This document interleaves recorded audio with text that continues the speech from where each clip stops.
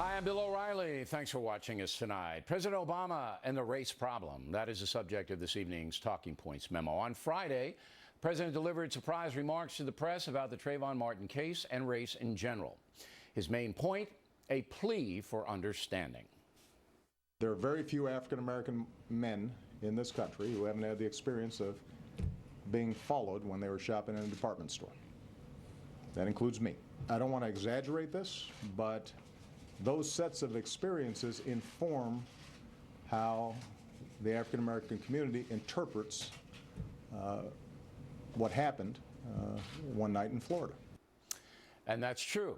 Many black Americans harbor at least some resentment for past injury.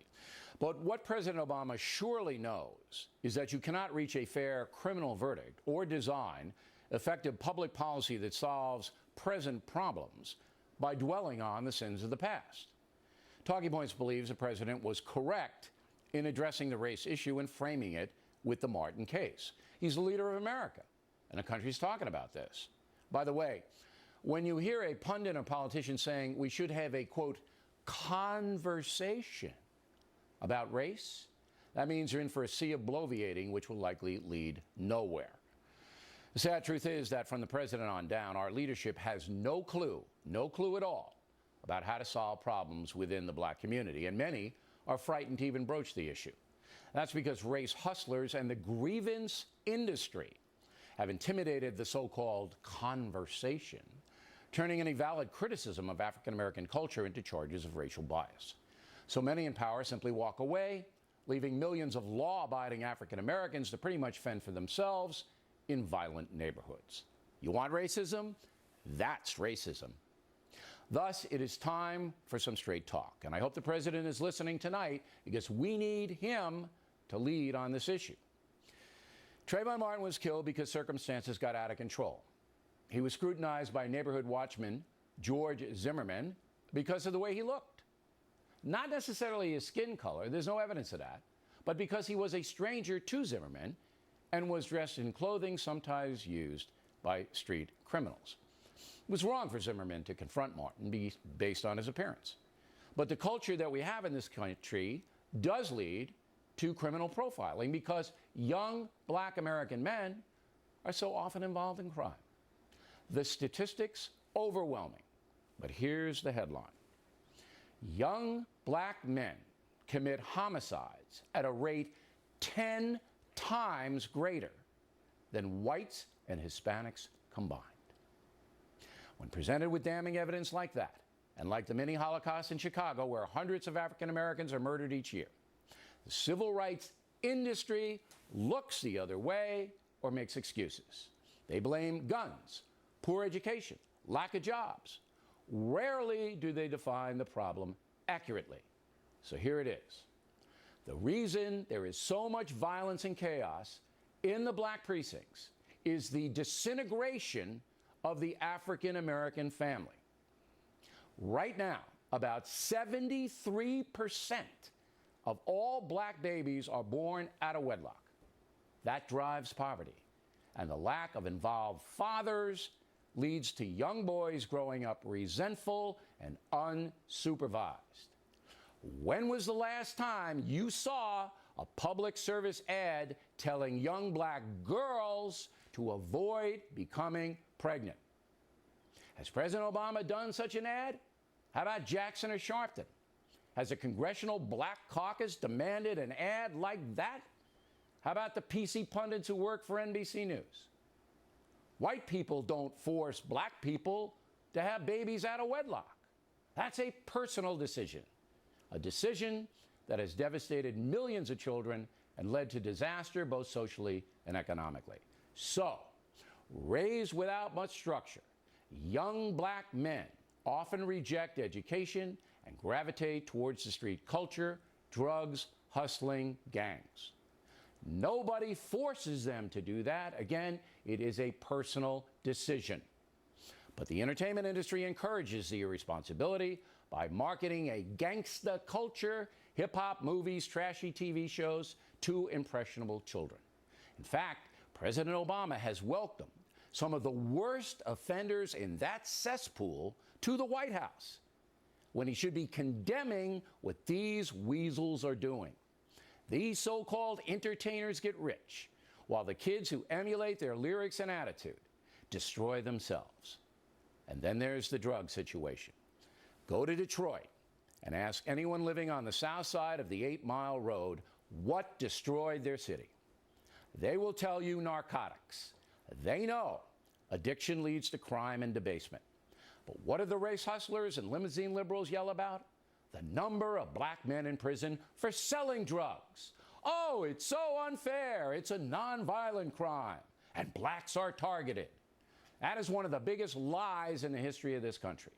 The thugs who sell hard drugs, no matter what color they are, deserve to be put away for long periods of time.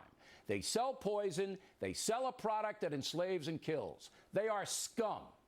When was the last time you heard the Congressional Black Caucus say that? How about Jackson and Sharpton? How about President Obama? The solution to the epidemic of violent crime in poor black neighborhoods is to actively discourage pregnancies out of marriage, to impose strict discipline in the public schools, including mandatory student uniforms, and to create a zero-tolerance policy for gun and drug crimes, imposing harsh mandatory prison time on the offenders. And finally, challenging the entertainment industry to stop peddling garbage. Hey, listen up, you greed heads. If a kid can't speak proper English, uses the F word in every sentence, is disrespectful in his or her manner, that child will never be able to compete in the marketplace of America. Never. And it has nothing to do with slavery. It has everything to do with you Hollywood people and you derelict parents. You're the ones hurting these vulnerable children. You want a conversation? You got it. You want a better situation for blacks? Give them a chance to revive their neighborhoods and culture. Work with the good people to stop the bad people. Pumping money into the chaos does little. You can't legislate good parenting or responsible entertainment, but you can fight against the madness with discipline, a firm message, and little tolerance for excuse making. It is now time for the African American leadership, including President Obama, to stop the nonsense, walk away from the world of victimization and grievance, and lead the way out of this mess. And that's a memo. In a moment, reaction from Juan. Continuing now with our lead story, President Obama and race. Joining us from Washington, Juan Williams, Mary Catherine Ham, both are Fox News analysts. So Juan, I believe many of the civil rights activists don't want to solve some of these complicated African American problems. Am I wrong?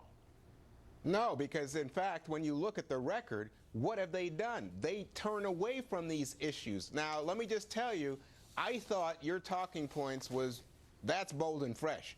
That was you with passion. I haven't seen that kind of passion from you in a long time. I am just impressed. I thought it was terrific. Let me also say that if you're saying that we should somehow then be distracted from the injustice of the Zimmerman-Martin verdict, that's a problem, because then a lot of people will turn off and say, oh, Bill O'Reilly just did that because he wanted to distract people from what happened there and the upset in the black community. But I'm going to tell you, I wrote a book about this, Bill, a book called Enough, The Phony Movement's Dead-End Culture that is hurting black America, leading to dysfunction. And I can't tell you how much what you said is on target. You never see a protest against the drug dealers. You never see them taking on the unions about the bad schools in the big cities that educate black and Hispanic and poor children.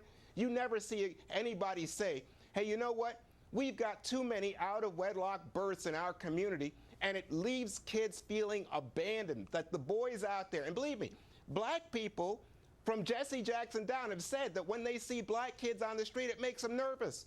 Why?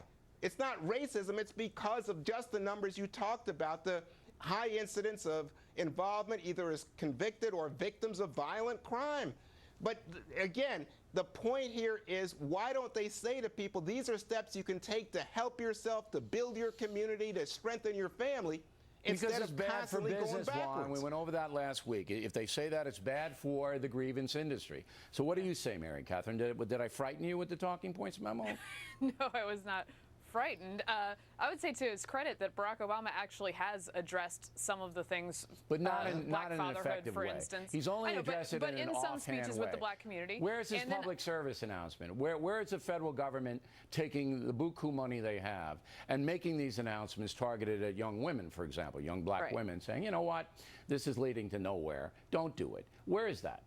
Well, I think Obama's answer would be that just giving federal money to programs is the way that they're doing that. I disagree that actually solves the problem. It hasn't and I think we've seen that it hasn't solved the problem. But I also agree with Obama that having a political discussion about race and an honest conversation is probably not really productive or possible, that doing that in your local communities or in your church or with your friends is more beneficial, because, for instance, Juan and I can maybe do that. What about my charge that you can't have an honest conversation because the race hustlers will brand you a bigot?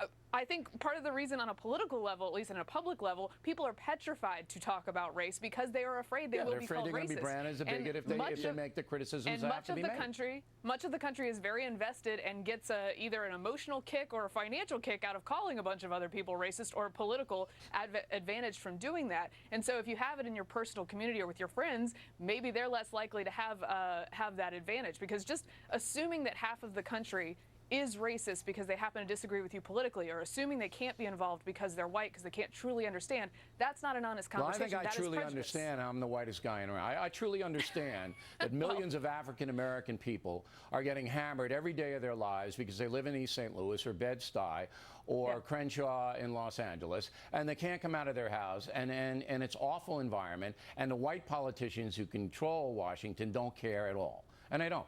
And they're scared of it. Frankly, the local politicians don't do anything that works about it. Okay. No, and let me just tell you too. Well, wait one. Now we have a half black president who presents himself as an African American, and all he does is up. Now I'm not. Look, I agree with you. I think that was a good thing that he did on Friday, and Karl Rove's coming up behind us. We'll ask him. I think he disagrees with that, but you got to get involved. I mean, you got to say what it is, and it's the disintegration of the family that's driving all the other stuff, and he doesn't do it. And he hasn't done it. Here's the thing, though. When he does say it, like he got in front of a black church audience, and he said, "You know what? Making a baby is not being a father. You got to raise the father." Hang on. Let me finish the point, Bill.